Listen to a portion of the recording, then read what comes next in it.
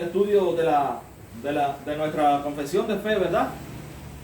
Este documento que hicieron nuestros fundadores, pero basado, por supuesto, en la palabra de Dios, que es lo más importante. Vamos entonces hoy a ver el capítulo 2. La semana pasada estuvimos viendo el capítulo 1. Hoy nos toca entonces ver el capítulo 2. No es no meternos de lleno en la profundidad, ¿no? Sino es simplemente haciendo una pequeña introducción a este capítulo de la confesión. Este capítulo es súper importante, porque por supuesto, para adorar a algo o a alguien, usted tiene que saber quién es ese alguien o ese algo. Usted tiene que saber a quién estamos adorando, cuál es su naturaleza. Irina, abre. ¿Cuál es su naturaleza? ¿Cuál es su de qué está compuesto? Su esencia, su ser, ¿verdad? ¿Quién es ese Dios a quien nosotros adoramos? Y fíjense que el domingo pasado, ¿qué vimos? La palabra. Nuestra confesión empieza con la palabra. Empieza con la palabra, hablándonos de la palabra, que la palabra es nuestra única regla de fe y conducta, que la palabra es suficiente, que la escritura, que es inspirada por Dios mismo y que por lo tanto nosotros la consideramos como palabra de Dios. Hoy entonces, luego, nos habla la confesión de Dios mismo, su esencia y su ser, ¿verdad? En el capítulo 2, de Dios y de la Santa Trinidad, ¿verdad? Así que son tres párrafos muy importantes para el cristianismo, muy importantes para cada creyente individual, y es muy importante para el cristianismo. ¿Por qué? Y para cada creyente individual, ¿por qué? Porque esto define si usted realmente es cristiano o no es cristiano. Si usted cree la doctrina expresada en este capítulo, usted es cristiano. Si no la cree, en realidad todavía no conoce al Dios vivo y verdadero. Cada capítulo tiene un lugar intencional en la estructura de la confesión. Todo gira en torno al pacto de Dios y del hombre. El estudio de Dios es la base, entonces, de toda nuestra teología. Entonces todo lo demás fluye de su carácter y de lo que Él es. Lo primero que queremos ver es la unicidad de Dios. ¿Qué decimos cuando nosotros decimos, bueno, Dios es uno? Dios es uno porque no creemos en tres dioses. Dios es uno porque no creemos en un Dios con tres cabezas. Dios es uno porque no creemos, no significa que creemos en un Dios y que se ha manifestado, ese mismo, el Padre se ha manifestado en el Hijo y se ha manifestado en el Espíritu Santo. No, sino que creemos que existen tres personas y coexisten y cohabitan desde toda la eternidad, y que ellos tres forman un solo, único Dios. Como dice en el párrafo 1, el Señor nuestro Dios es un Dios único, vivo y verdadero, cuya subsistencia está en Él mismo y que es de Él mismo, infinito en su ser y perfección, cuya esencia no puede ser comprendida por nadie sino por Él mismo. Es espíritu purísimo, invisible, sin cuerpo, miembros o pasiones, el único que tiene inmortalidad y que habita en luz inaccesible, es inmutable, inmenso, eterno, inescrutable, todopoderoso, infinito en todos los sentidos, santísimo, sapientísimo, libérrimo, absoluto, que hace todas las cosas según el consejo de su inmutable y justísima voluntad para su propia gloria. Es amantísimo, benigno, misericordioso, longánimo, abundante en bondad y verdad, perdonando la iniquidad, la transgresión del pecado, galardonador de los que le buscan con diligencia, y sobre todo justísimo y terrible en sus juicios, que odia todo pecado y que de ninguna manera dará por inocente al culpable. Al culpable. La unicidad de Dios. Jehová nuestro Dios, Jehová uno es. Deuteronomio 6:4. Acompáñenme allí a Deuteronomio capítulo 6 y versículo 4. Es lo que se conoce como el Shema de Israel, ¿no? Oye Israel, Jehová nuestro Dios, Jehová ¿qué cosa? Uno es. Jehová nuestro Dios, Jehová uno es. Él es un solo Dios. Pero como vamos a ver más adelante, en 3 personas. No hay otro Dios fuera de Él. Como lo dice Isaías 45:5. Vamos allí a Isaías 45:5.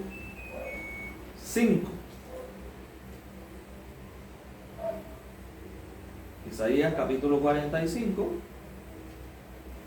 y el versículo 5. Yo soy Jehová y ninguno más hay. No hay Dios fuera de mí. Yo te enseñaré aunque tú no me conociste. Yo soy Jehová, ninguno más hay. No hay Dios fuera de mí. Los otros que se inventan las personas son dioses falsos. El único Dios verdadero es Jehová, al Dios que nosotros conocemos. Luego, el párrafo continúa con atributos de Dios, ¿verdad? Cuando nos dice, es espíritu purísimo, invisible, sin cuerpo, miembros o pasiones, el único que tiene inmortalidad y que habita en luz inaccesible, inmutable, inmenso, eterno, inescrutable, todopoderoso, infinito en todos los sentidos, santísimo, sapientísimo, libérrimo, absoluto, que hace todas las cosas según el consejo de su inmutable y justísima voluntad para su propia gloria, amantísimo, benigno, misericordioso, longánimo, abundante en bondad y verdad, perdonando la iniquidad y transgresión y el pecado, es infinito, es eterno, es inmutable. El Salmo 92, mira lo que dice.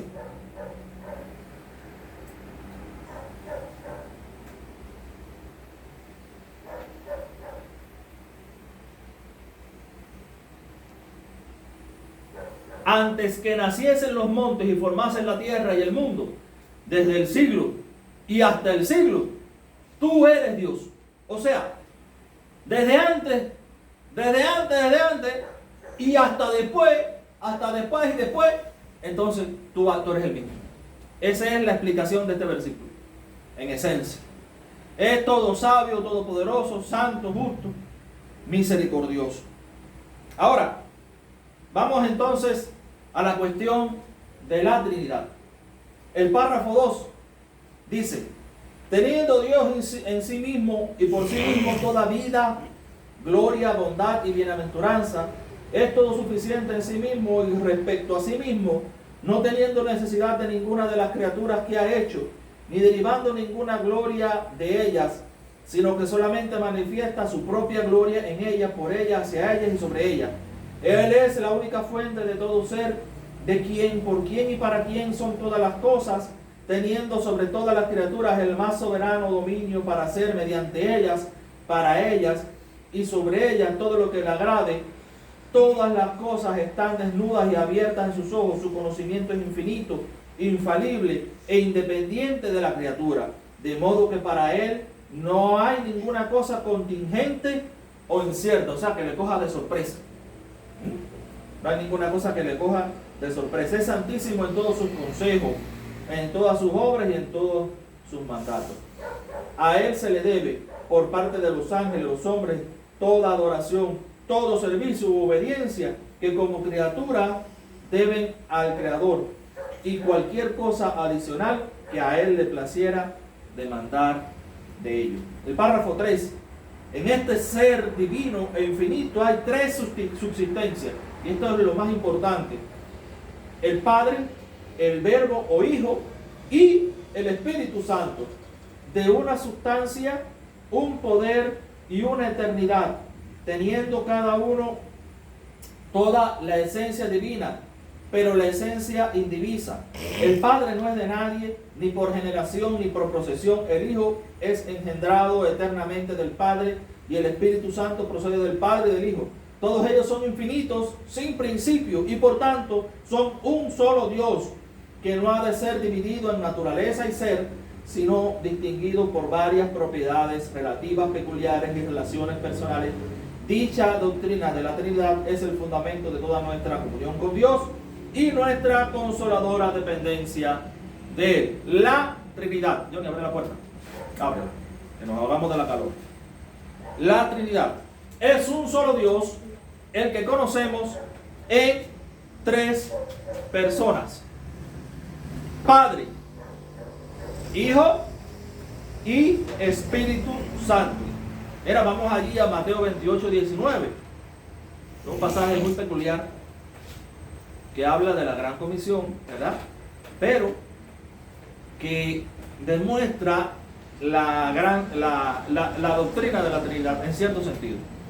Por tanto, ir a hacer discípulos a todas las naciones, bautizándolos en el nombre del Padre y del Hijo y del Espíritu Santo.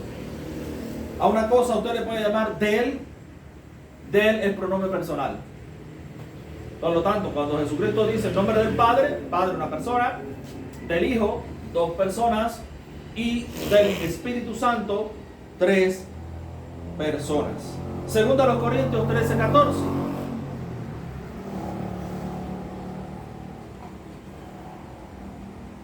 Segunda a los Corintios 13 y el versículo 14. Mira, la gracia del Señor Jesucristo. Solamente estamos viendo algunos pasajes así, rápido, ¿no? A modo de resumen. El amor de Dios, para luego, entonces en otro momento más adelante, entonces adentrarnos un poquito más. El amor de Dios y la comunión del Espíritu Santo sean con todos vosotros. ¿Ven? Ahí ven, las tres personas de la Trinidad en acción. Dice que la gracia del Señor Jesucristo, la segunda persona de la Trinidad, la comunión del Espíritu Santo, ¿verdad? La segunda persona de la Trinidad, la tercera, sean con todos vosotros. Y el amor de Dios, Dios el Padre, el amor de Dios, la gracia de Jesucristo y la comunión del Espíritu Santo. Este capítulo muestra que los bautistas reformados se afirman dentro de la doctrina ortodoxa quiere decir correcta, universal, cristiana, ¿verdad? Señalamos entonces que este punto conecta a los bautistas con la confesión de Westminster y la de Saboya, mostrando continuidad con la fe reformada más amplia. O sea, estamos de acuerdo con la doctrina de todos los reformados y de todos los cristianos en sentido general. Porque en realidad, si no se cree en esto, difícilmente podamos ser llamados cristianos. Por lo tanto, podemos aplicarlo de esta manera. Nuestra adoración es únicamente centrada en Dios, no en el hombre, sino en el Dios Trino, en el Dios Padre, en el Dios Hijo y en el Dios Espíritu Santo. Y que además podemos tener confianza y reverencia. Dios es perfecto en todo lo que hace, y todos sus atributos que nosotros oímos aquí en estos párrafos son perfectos. No es que es un pedacito, sino que es perfecto, bueno, pero de una manera perfecta, santo, pero de una manera perfecta, todo lo que hace es justo de una manera perfecta, porque Él es justo, pero Él es justo en el grado de perfección. O sea, más que el grado máximo, es el grado de perfección. Ese es Dios. Nuestra comunión, así que como las tres personas divinas viven en perfecta unidad, los creyentes deben vivir entonces en amor y unidad dentro de la iglesia y en sus vidas como tal. En sus vidas como tal. Padre, Jesucristo pedía que nosotros seamos uno, así como Él y el Padre eran uno. Ahora, le hago la siguiente pregunta. ¿Por qué es importante, y alguien que me la responda, por qué es importante afirmar que solo hay un Dios verdadero? Su neurona porque que esa está... es la Ajá. verdad. Exacto, eso es lo que nos enseña la Escritura. ¿Otra razón más? Claro, porque esa es la doctrina correcta, es que es un solo Dios en tres personas. Luego cuando nos adentremos un poquito más en próximas clases, vamos a ver cómo es esto más o menos, porque esto es un gran misterio que no lo podemos entender muy bien.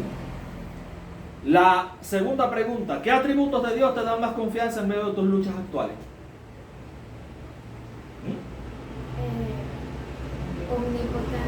Omnipotente.